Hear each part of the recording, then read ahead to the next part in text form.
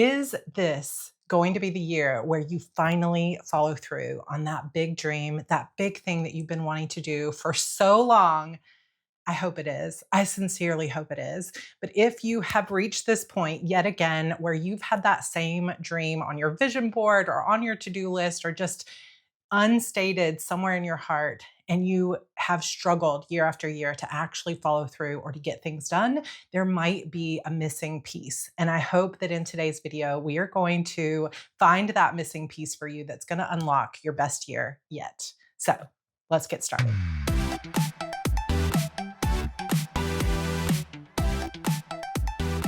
Listen, if you are hitting this new year yet again in a place where you're thinking, man, I'm watching all of these people talk about how they really made a big difference, how they made this amount of money, how they published this many books, how they accomplished these big goals or got this many followers or whatever. You feel like you're watching on Instagram and YouTube and TikTok all these people who are living the dream that you have been dreaming of for so long.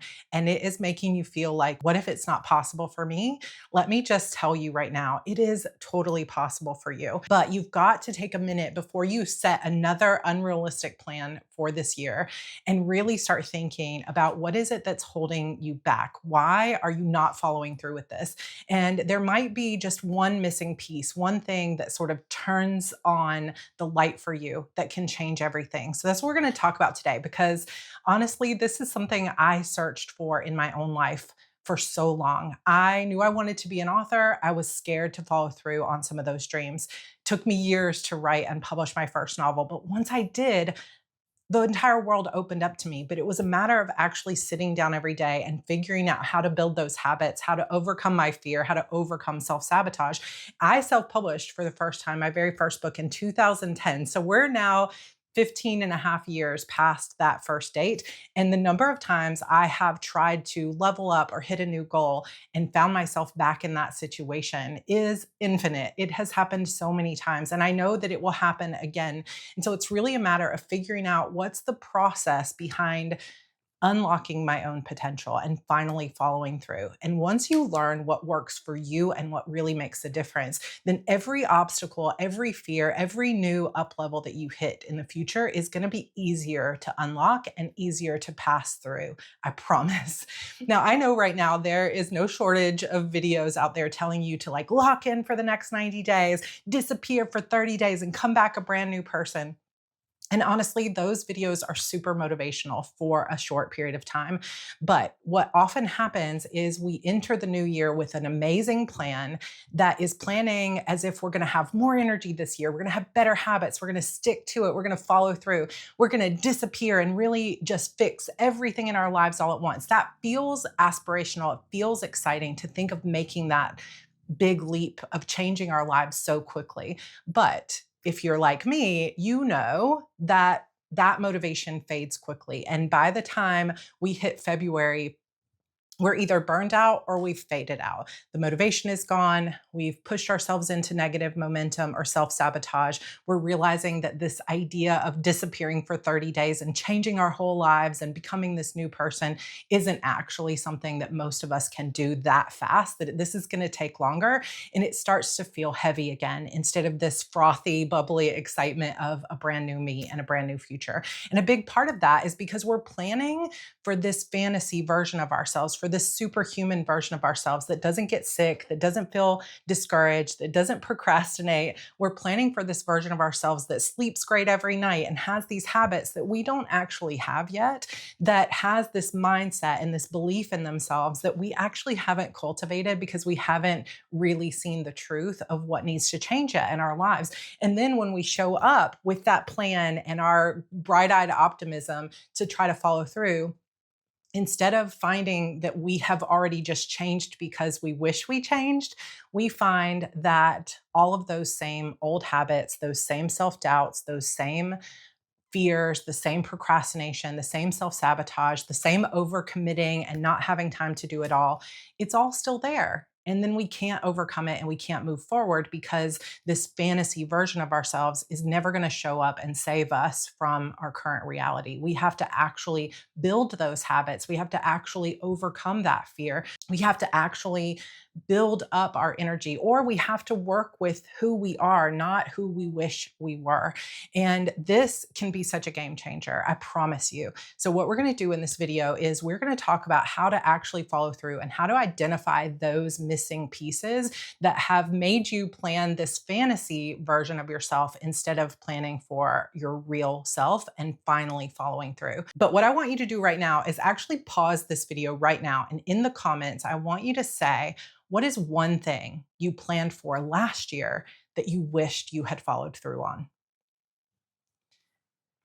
Okay, now that you have noticed that, you've become aware of it, this is the thing I wish I had followed through on that I said at the beginning of last year I was gonna do that I just couldn't do. I want you to let go of the guilt, the shame, the feeling that, oh my gosh, here we are again, because that leads immediately to a sense of negative momentum, a sense of I'm fundamentally flawed, I'm not good enough, I can't follow through, I'm lazy, I'm gonna run out of time, it's too late for me. All of those kinds of feelings actually start us down a negative spiral where it gets harder and harder to hold on to motivation, where it gets harder and harder to get excited for what we're trying to do. And then it feels like, what's the point? What's the point in following through? Because I've had this on my dream board forever. I just can't do it. And the more we begin to feel that way, our feelings inform how well we're able to follow through. So that's one of the first tips that I can give you as we start to think about following through is if that makes you feel negative because you're blaming yourself, it's time to release that from your shoulders. Just like take a deep breath with me, let it off your shoulders. There's nothing wrong with you. You are not a bad person. You're not running out of time. You are not lazy. You are not fundamentally flawed.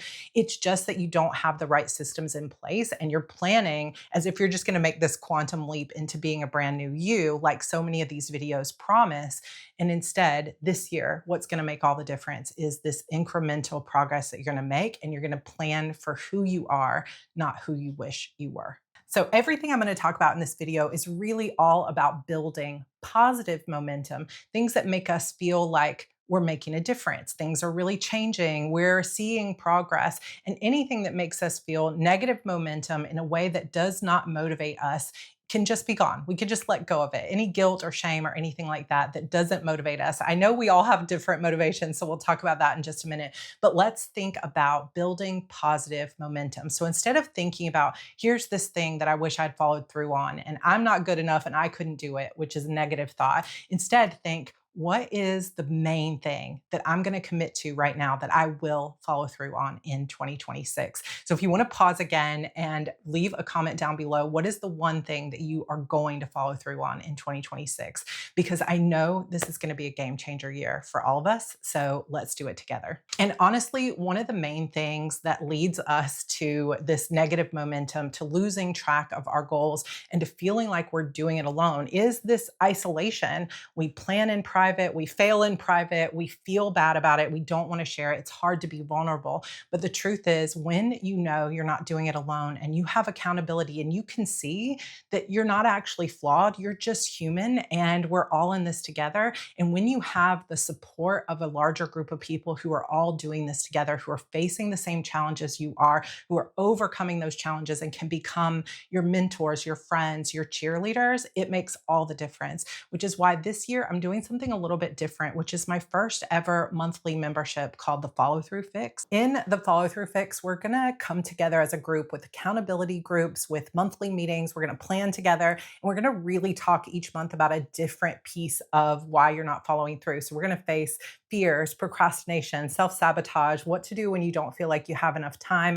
We're going to address all of those issues, and we're going to come up with ways that you as an individual can get motivated, what works for you. We're going to figure out that spark that keeps you motivated, and we're going to help you stay connected to your goals throughout the year. So if that sounds really good to you, check out the description down below, because we start January 4th, which as I'm recording this is just in 2 days. But if you are watching this after the 4th, you still have time to jump in. So check out that link down below. But whether you join that accountability group or not, I really encourage you to find some people in your life who are going after similar goals and who are willing to support you, whether that's someone in your home or someone online or someone from our Heart Breathings community. We have such an amazing community. You can join the Facebook group, the Discord, any of our Heart Breathings writing community channels. You can find all those links down below. We have lots of free resources if you don't want to join a paid membership.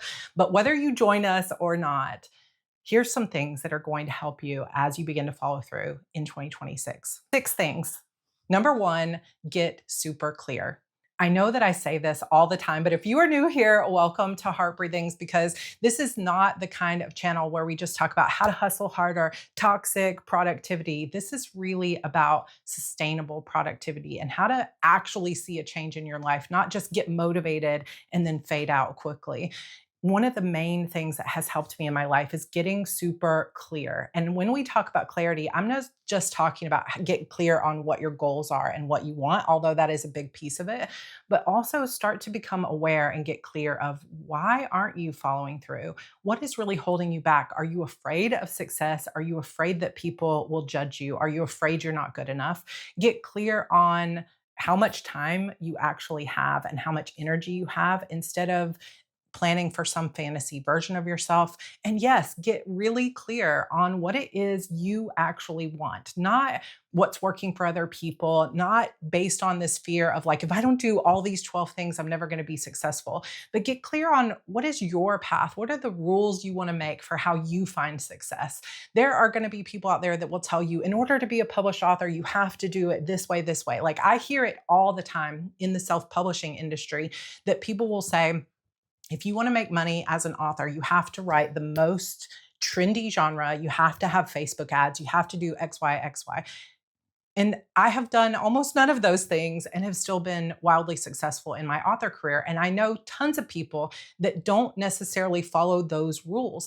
If it's true that you have to write something you don't even want to write just because it's trendy, then why would you want to do it at all? It is absolutely not true, but we hear that advice and we think it's true. But the real truth is that you get to decide what your career looks like. And if you are drawn to a specific genre, then you have to figure out and get clear on what are the real obstacles to making this work. What is the real expectation I can have in this genre? Because it is true, some genres sell a lot more and have bigger potential for income, but it doesn't mean that you can't find a way to have a career writing what you want to write. That's a bit of a tangent, but getting clear on what it is you really want is going to help that motivation stay forever. Because if you're following a dream that doesn't even belong to you, that is just someone else's dream for how it should be, or you've changed your dream out of fear that your real dream isn't possible, then you're not going to stay motivated. You're not going to have that late night truth of this is what I really want and this is who I am. But the more you can get connected to your authentic, true desire of how you want your life to be, how you want to feel, and who you want to be in the world,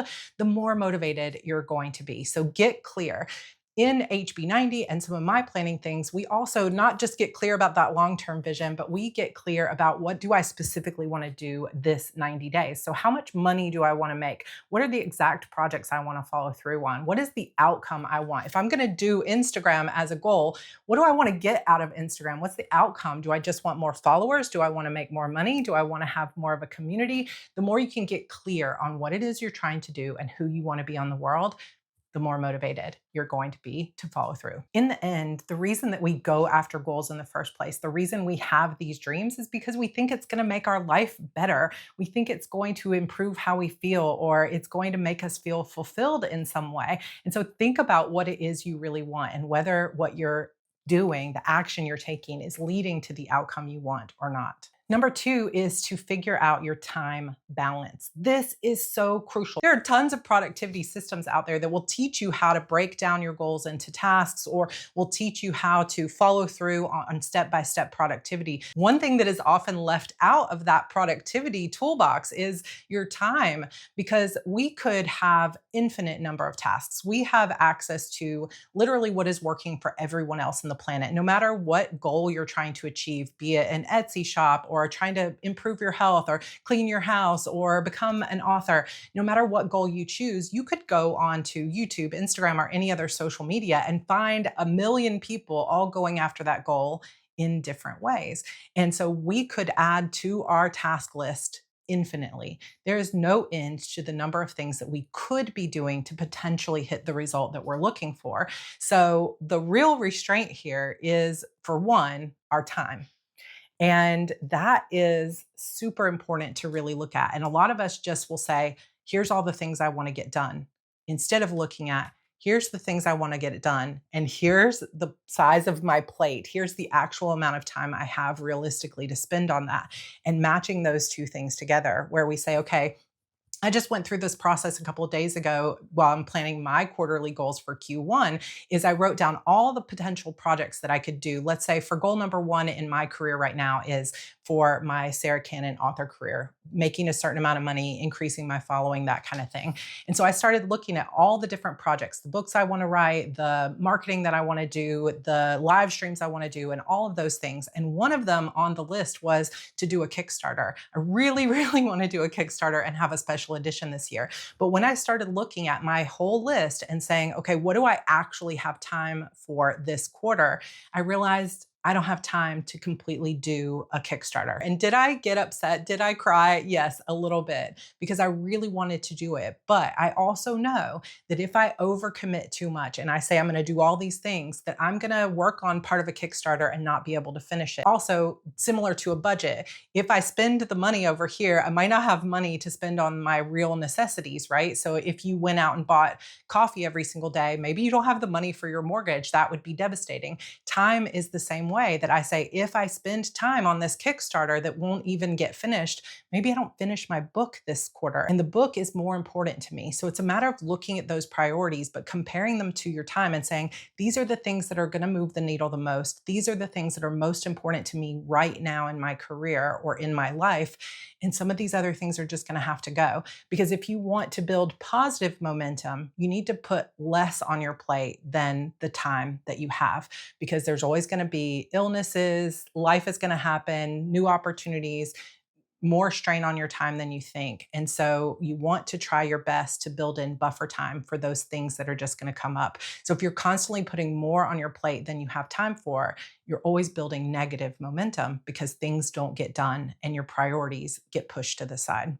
Now, this is a process we go through in my planning course, HB90. But if you have never taken that class, something that you can do for yourself for this time balance right now is take this next week ahead and write down a list of all the things you want to get done for the week. And then as you go throughout the week, pay attention to what are the things on this list that actually were a waste of time, or what are the things on this list that are the biggest priorities that didn't get done because I was doing these other things that weren't as important to me. And sometimes that means doom scrolling and spending too much time on things that we just find are distracting. And sometimes it's just that we had too many things on our list. And a lot of times it's a real eye opener and a wake up call to make that list of your to-dos for the week. Here's what I think I can get done this week. And then to realize I actually only had time to do 3 out of the 10 things. Once you see what that balance looks like, you can begin to plan more effectively and say, well, if I only have time for 3 things, what are the most important 3 things? And really prioritizing your time like that can be such a game changer. Another way, just a tip to reverse engineer your time in this way, is just to take one day and set an alarm on your phone for every single hour that you think you're going to be working on your goals. And before the day begins, put down an estimate of how much you think you can get done and how much time you think you have to spend on your goals. And then every single hour, when that alarm goes off, just make a note in your journal of what you did and where you spent your time. And at the end of the day, go back and review it and see if you're doing a good job estimating where your time goes, or if you are consistently being derailed by distractions and other things like that. I know many of my followers have ADHD, so this probably happens a lot more than you realize. And then pay attention to what actually kept me on track. What were the tasks that I had no problem following through on? And what are the things that I really started to sabotage on? Or what was the time balance there? Just sometimes reviewing and being aware of that time balance is such a game changer. Which brings me to tip number 3, which is energy mapping. All hours in the day are not created equally. For many people, we have kind of a power hour section of our day where we have more clarity, more focus, more decision making ability, more excitement for the day. And it might be different. Now, I know, again, you could see a million morning routine videos here on YouTube that will tell you morning is the best time to get everything done. I've seen a lot of videos popping up that say, get everything done by 11 a.m. and it'll change your life. And perhaps it will, but I personally am not naturally a morning person. It takes me a long time. I have PCOS, which we've talked about here before, or if you're new here, I have PCOS, which is polycystic ovarian syndrome. And it is a hormonal and metabolic disorder. And for me, it just takes me longer in the morning to get rid of some of those sleep hormones than a normal average person. And so I know in the morning, I'm actually groggier and less clear. So, what works for me is exercise earlier in the morning, journaling, taking it slow. But when it comes evening time or even afternoon, like right now, I'm recording this, it is like 2 p.m. I'm on fire. I've got lots more energy at 2 p.m. So don't just take someone else's word for it and believe that because someone says a morning routine is the best thing for everybody and CEOs work this way. Screw that. Work with your own body's natural rhythms. So map your day out. Take a few days coming up in the next week and pay attention to your energy. Again, you can use that tip that I just gave you and set an alarm for every hour of the day and write it down in a journal. How do you feel? If you do that for 3 days in a row, when you're not sick, but like on normal days that feel normal to you, what does your energy look like? We also go through cycles throughout the month, especially those of us that are on a certain kind of cycle. We definitely will have those parts of our month where we have a little bit less energy and a little bit more during this time. And most of us tend to go in those kinds of patterns, maybe the beginning of the month. Maybe some of you suffer more during allergy season. Maybe you have a lot more energy when the sun is out versus when it's cloudy. Some of you get more energy when it's rainy outside. So if you can sit down and map out those patterns and cycles in your life in both day to day, like throughout the day, when do you tend to have more creative energy? When do you have more get up and go kind of body energy versus when do you need to sort of hibernate and rest a little bit more? When do you start to wind down?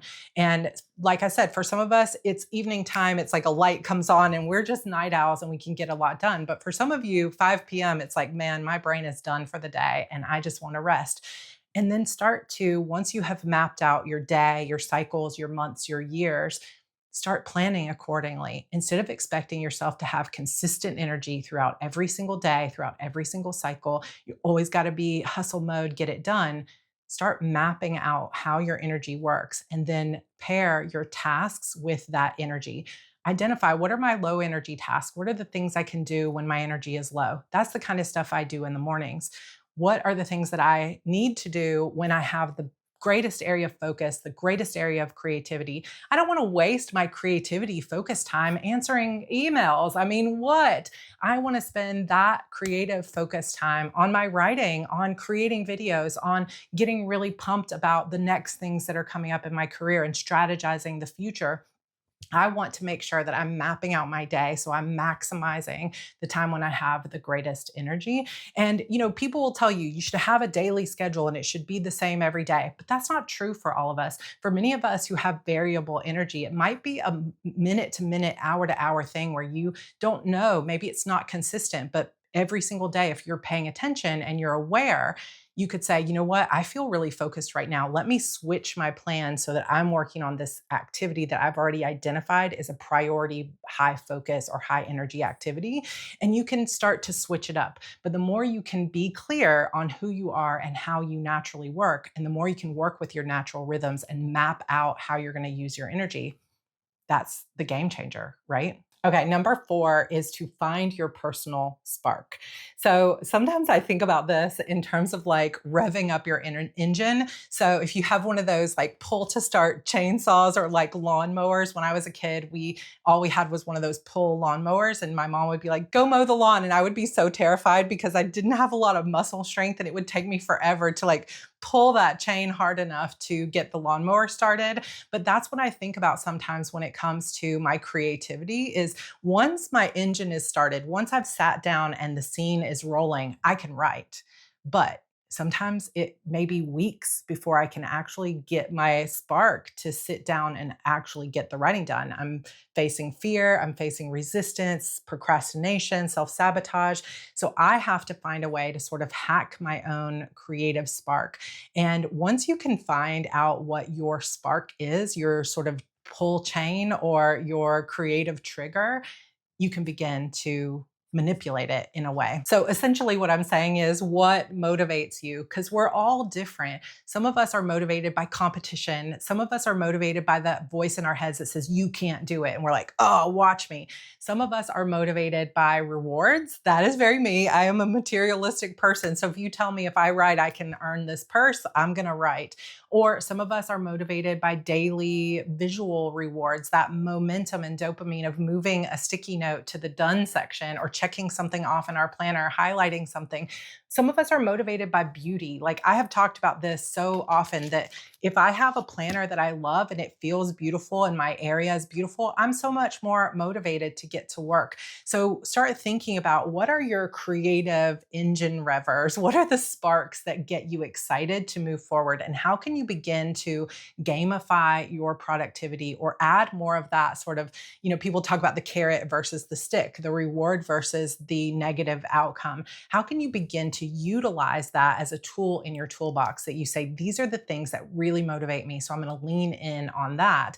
For me, it's the beauty, but it's also visual progress. I have lots of visual tools. I have things up on my wall. I have little gemstones that I move every time I finish a task. I have checklists. And I have learned that the more visual progress I can see, the more motivated I become. I'm also very motivated by the thought of the future. So instead of thinking about if I'm resisting it, for example, instead of thinking about how it will feel to write, which is just like, oh, I don't want to do it, I think about how will it feel when the writing is done? How will it feel to have done it? And then I think, ooh, if I finish my writing, I get to go out and go for a walk with the kids. How will that feel to go on a walk with the kids and the writing is done for the day? I will feel so proud of myself. I'll feel so motivated. And that is just a quick mindset shift. Nothing in the world actually changed except the way I viewed the task. If I just think about how will it feel to write, it just feels, ugh. Some days it does feel good to write, but some days if I'm resisting it, I'll say, oh, I don't want to do that right now. But how will it feel to have done it, for it to be completed and the reward to be mine? That'll feel good. That feels motivating. That's a spark. So start to figure out what's your carrot, what's your stick, what's your creative spark, and then what are the things that dull your creative spark that are just like water on the fire? So it could be reading a bad review. So that means you don't go on Goodreads or Amazon and read your reviews before you start writing for the day. If it's social media in any way, comparing yourself to other people, seeing someone's negative comment, then don't get on social media before you write for the day. So the more you can begin to work with those patterns of what gives you energy and what gives you the creative spark to keep going. And also, we're going to talk about this in the follow through fix, but what is your restart protocol? So when you've gone on vacation or you've been sick and you've kind of stopped with the momentum, how do you re-spark yourself? How do you get back into the mood of being excited? And so start creating your own toolbox right now of like, here's the things that actually make me want to do the things that I want to do. So I know not everybody here is a writer. So what is the goal that you're working toward? What's that outcome? And then what are the things that get you excited to be working on it? It could be music. It could be the promise of a reward. It could be competition. It could be just having a checklist that's really clear. It could be a challenge. It could be accountability, that if you know somebody else is going to be at the gym waiting for you, you will show up at the gym. What's the thing that holds you accountable, that gives you the spark, and that makes you excited to follow through? Because motivation and discipline sometimes fades, but man, momentum makes all the difference. Okay, number 5, reduce friction. Resistance. Resistance is just the bane of our creative lives. So many things we want to do. Once we get moving on it, it gets a lot easier. But when there's friction, it gets a lot harder because it just feels so big. And one of the biggest things that creates friction is a lack of small steps. It just feels too big. So for example, if you say, I've got to write act 1, or I have to write a book, that feels so big. There's so many steps to that. It's hard to even get motivated. But if you say, oh, I need to sit down and write the scene where she tells him she's quitting her job, Okay, well, that feels really easy. It's just one scene. It'll take me 10 minutes. Let's get going. And it becomes less friction because you have clarity on what you're going to write and it's small enough tasks. So, one of the biggest game changers of my life is taking that like clear outcome I was talking about, those projects that I decided I was going to do, like write my book or start my website. And I started breaking them down into micro tasks, like teeny tiny tasks that could get done in a day for sure, but even in just a 30-minute time period. And the more I was able to break down everything I wanted to do into these are the clearest steps I can create for it, there was no friction. So it was easy to get started. All I have to do is turn on my computer, got it, checked it off, built some positive momentum. Okay, next, I just need to open up my website and log in. Done. Woo, I'm winning and I'm building positive momentum as I go. So get as granular as you can and clear on what those next steps are. So think not just, oh, I have to create my website, which just feels like I don't even know where to start, but rather, okay, first I'm going to go on Pinterest and I'm going to look up examples of branding colors and I'm going to choose what colors I want on my website. That feels fun and easy. That's the first step. Clear micro steps, reducing the friction, reducing that sense that it's so big and so overwhelming, and instead just making it a tiny little task that you have to do. Open up your manuscript, sit down at the desk, choose the color scheme, take the next step. The more you can get clear on those micro steps, the easier it is to follow through and you have positive momentum. Finally, number 6, and this is so important, is to find a way to stay connected to your goals and why you want them to come true. It is so easy to set a goal and be like, yes, this is the year I'm going to publish my books. But then as it feels like this big thing and life gets moving, it becomes more difficult because, oh yeah, we've got to take the kids to the park and I've got to do this and so needs this. And my boss just added this new project. And it becomes easy for the next 3 months to not even touch your manuscript or to not look at that next goal on your list. So you got to build in some kind of touch points throughout your day, throughout your week, whatever it may be, where you constantly are reminded of the goal that you're trying to hit and why it matters to you. This is why I love vision boards. And I know that vision boards are not everyone's jam, but I'm really highly motivated by the future. So that is something that works for me. So the more you know about yourself and what actually motivates you, use it in some way to stay connected to what it is you're trying to accomplish. For me, out of sight, out of mind. When I used to only have like a planner or it was just in my mind what these goals were, I was not following through. But the minute I put my goals and dreams up on the wall and I could see exactly what tasks I was trying to do, and I had a vision board everywhere I could possibly post it. I have my vision board on the back of my door in this office. I have it on the mirror in my bathroom. I have it in every single one of my planners because it's a way that keeps me connected to the things I'm trying to accomplish. So I can't forget that I have a book to write because my book cover is on that vision board. It's the same thing with my manuscript. So as I said, I'm a writer, and I know many of you are also authors. If I leave my characters for a few months because I'm working on a course launch or videos or something else, it is so much harder to get back into it. I have to refamiliarize myself with that content. But if I'm writing consistently and I'm staying top of mind, I'm like ruminating about the story world and the characters, it's so much easier to write. And so make your goals easier on yourself and build positive momentum by creating a system for staying connected to your goals and how it will feel and why you have those goals in the first place. How's it going to feel when it's accomplished? What is your life going to be like? Because ultimately you want that goal. You want to follow through on it because of how you believe it will change and improve your life. So focus on that. Keep that top of mind. Create systems, create games, put it on your wall, put it on a Post-it note, tattoo it on your body. I have this quote, fill your paper with the breathings of your heart breathings. That is the whole point of it. So that I am constantly connected to this idea of teaching people how to stay sustainable and how to write and create the things that really matter most to them. And I can't forget it because it's tattooed on my body. You don't have to go that drastic, but just create systems in your life and with the people that you love. Like accountability partners is a great way to stay connected, but just daily reminders. Write a letter to yourself that you read every day when you wake up every morning that is like, remember who you are and why you're doing this. Don't forget. Don't let life just sweep you up in its tornado and you just forget about about the things that are meant to save you from the turmoil of that chaos. Like, what are the things that matter most to you and why? And stay connected to it every single day, and it will help you follow through. All right, you guys, happy new year. Happy 2026.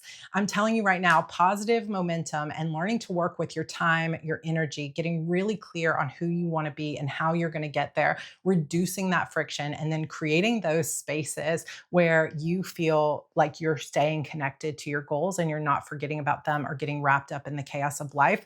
That can make so much difference, because ultimately going after our goals, it's not just about a hustle. It's not just about get things done. It's as much a personal growth thing as it is anything else. Like, we have to work with who we are and we have to gradually make that change, because the truth is, none of us are going to disappear for 30 days and come back as a totally different person with every aspect of our life and personality changed. Like, that is not realistic. But what we can do is we can really figure out how to create a plan that is sustainable, that supports us, that meets us where we are. And through positive momentum over time, we can change everything that we want to change and we can see all of our goals come true. I 1000% believe in you. I'm so glad you're here in the Heart Breathings community. If you are just finding this video as your first video or you're not subscribed here yet, I would love to have you join the family. So hit that subscribe button. And if you are looking for more accountability and support and real tools for how to follow through and stay connected to your goals,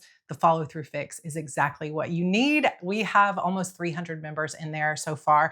And honestly, I am so excited for this. I think it's going to be a real game changer, but you got to get in January because it's going to close and will not open again until June. So come join us. We would love to have you. The description and all of the links are down below. And I will see you guys in my next video. Bye.